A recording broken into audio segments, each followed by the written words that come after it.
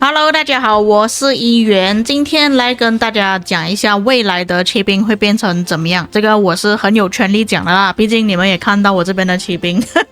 几乎是每个骑兵都已经觉醒了，除了最后一个速不台啊，但是能够觉醒的骑兵基本上我是已经觉醒了，还有包括孔雀，我也是把它给觉醒了。目前我们正在使用的骑兵统帅就包括霍去病、亚瑟、贞德还有威廉，但其实威廉的位置呢已经悄悄的被斐利给替代了，就是不是每个玩家都会使用威廉来搭配亚瑟，有些玩家他们是用亚瑟来搭配斐利二世来使用的。但是因为近期推出了新的骑兵统帅阿卡琉斯，也有很大可能会取代斐利的位置，因为我在之前的影片有跟大家讲过，斐利在新改版的水晶科技里面表现没有比起改版之前还要来得更好了，所以可以看到当时候我做的列表，我是已经把斐利二世排在 B 等级了。那么新的骑兵统帅它的等级会在哪个位置呢？我个人觉得以目前的情况来讲，应该会在 A 跟 B 等级之间，因为其实我个人其实不是很看好新的骑兵统帅阿卡琉斯。对我而言，他有用的技能呢，就只有他的主动技能是比较强的，因为暂时还不确定他的觉醒技能触发的概率有多少次，会不会很容易触发。假设说他的觉醒技能是很容易被触发的话，那其实阿卡琉斯他还是可以排在 A 等级的。至于 S 等级的话还不至于啊，因为秦始皇这个真的是太夸张了。而且我们不要说别的东西啦，我们只是说圆形范围 AOE 5个目标2000伤害，其实阿卡琉斯都已经足够去取代斐利还有威廉了，并且它是有圆形范围 AOE 之外，它还是用连击伤害的，连击伤害更加适配亚瑟去使用。但连击伤害其实有一个问题啊，就是如果你想要把连击伤害发挥到最大化的话，就是你要准备好三线阵的专属铭文、三线阵的饰品，也就是这一把短刀。不过以目前我个人的看法，觉得现在怒气还是会比较重要一点啦，比较起这个造成所有连击伤害提升3%的提升。而且目前最主要的重点就是骑兵的报告已经普遍不好看了，就连亚瑟也是刚推出不久的骑兵统帅，但是他的表现呢也没有像我们预期中的那么好。这个有可能是因为他没有副将的关系，只有他是一个连击伤害的野战统帅，所以才会变成这样子。还有一方面就是骑兵的通病哦，就是跑太快冲进人群直接死掉的问题。所以以现在的情况来讲呢，玩家是没有的选择。如果你真的是想要用骑兵的话，阿卡琉斯确实是你目前能够选择的。那因为剧本应该会在近期推出了，就大概1-2个星期，快的话可能1个星期之后就可以见到了。到时候应该会推出一些礼包，就很像朗纳尔的礼包这样子，并且是有足够的资金可以去把这位统帅给觉醒，可以购买他的礼包。拿到雕像的话，就尽量用钱去购买他的礼包，因为多不久就会推出第11代的骑兵了。那我在上一个影片中还有之前的影片一直在强调说，大家可以再等等，可以等12月的骑兵。那么究竟12月的骑兵什么时候推出？而且国服的时间会比国际服还要快一点。那么这个就是我所做的列表。上一次我们推出统帅的时间呢是在9月22日，国服的话就是在9月8日，会比较快一点，比我们快2个星期。如果我们计算在这个新的领袖还有远程统帅推出之后的56天、70天还有84天之后，下一次推出新的骑兵统帅的时间，国服将会是在11月17日，比我想象中的还要更快哦。所以我这个影片发布的时间也是要提早了，要快一点了。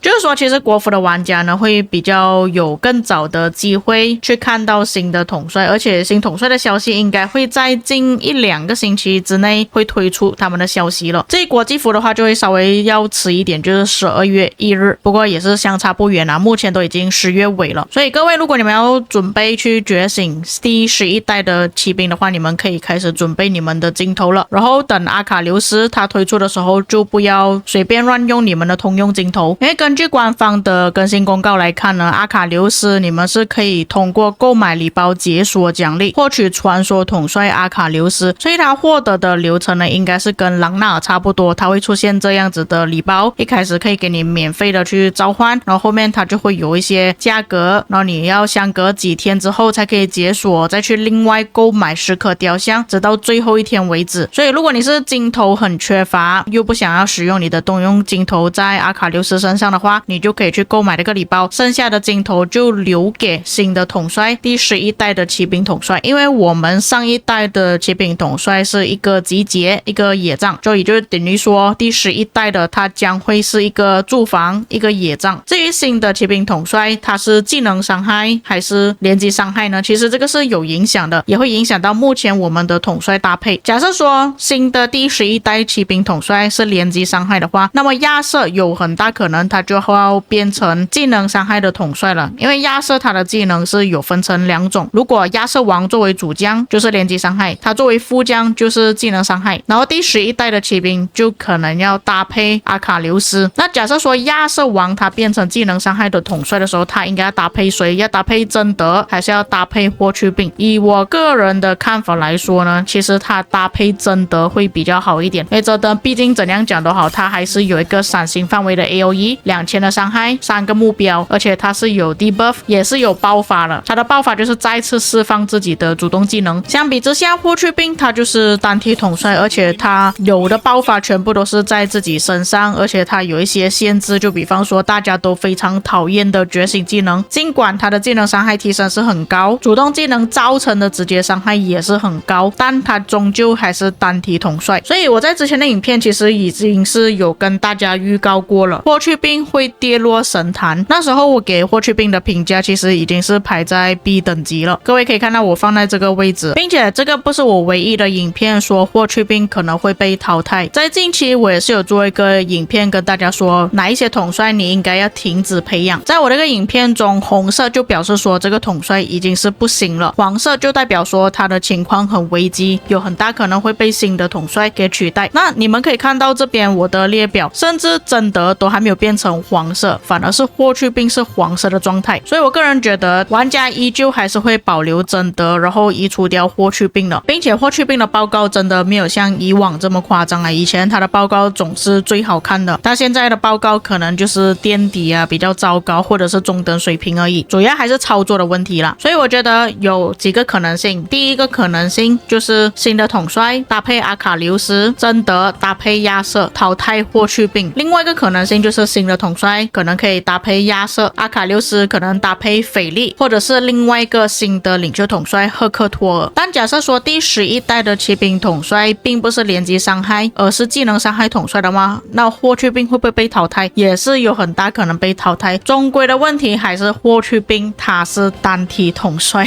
如果有 AOE 跟单体的统帅之间，你会选择哪一个？当然是选择 AOE， 对不对？而且我一直跟大家强调，新版的水晶科技有 AOE 跟没有 AOE 的统帅表现是真的差很远。但我个人觉得官方会推出连击伤害统帅的可能性会比较大一点。但假设说如果新的骑兵统帅也是单体的话，就要看双方哪一个技能会比较好一点。像霍去病他是有被限制啊，就是有跟你讲哦，你在战斗的前7秒才会有比较高的技能伤害提升，并且如果你是脱战的话会变成怎么样，你杀了一个部队之后又会重置的问题存在。假设说新的骑兵没有这样子的限制，它更加容易触发爆发更高，还是会取代霍去病的位置的。所以霍去病会被取代，这个是在我预料之中的事情了。当然现在我也只是说而已啊，还不确定新的骑兵统帅会怎样去设计。但我觉得新的骑兵应该不会太糟糕，因为以现在骑兵的情况来讲呢，骑兵是真的有一点玩不下去的感觉了，所以官方他们还是得控制一下。至于新的骑兵驻防呢，就是有可能会拿来搭配艾莉诺。那假设说新的驻防骑兵他也是连击伤害的话，那可能就要看他的技能是怎么样设计，也有可能他没有办法搭配艾莉诺，如果是用纯兵的情况，或许要搭配阿提拉来提升他的伤害，用于驻防使用。你们真的不要小看阿提拉，他野仗、集结、驻防都可以使用，只是野仗的表现可能没有这么好而已。那不不管怎样，今天我的影片所要传达的信息呢，是跟大家讲，你们真的镜头要准备充足，很紧急。如果你是真的想要使用骑兵的话，你不是骑兵玩家，没有使用骑兵的话，可能还好一点。不过以目前来讲，秦始皇也就是嬴政呢，还是目前最强的统帅。相信之后官方设计的一些骑兵统帅、步兵统帅很难会超越像秦始皇这样子。但